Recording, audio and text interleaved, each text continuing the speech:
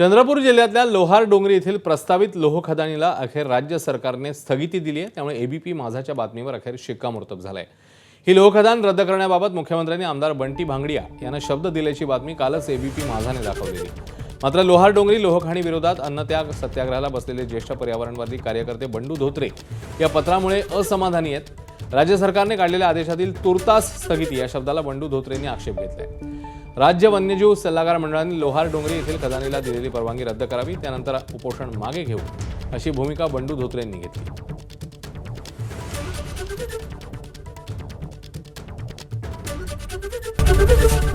ABP माझा, उघडा डोळे बघा नीट।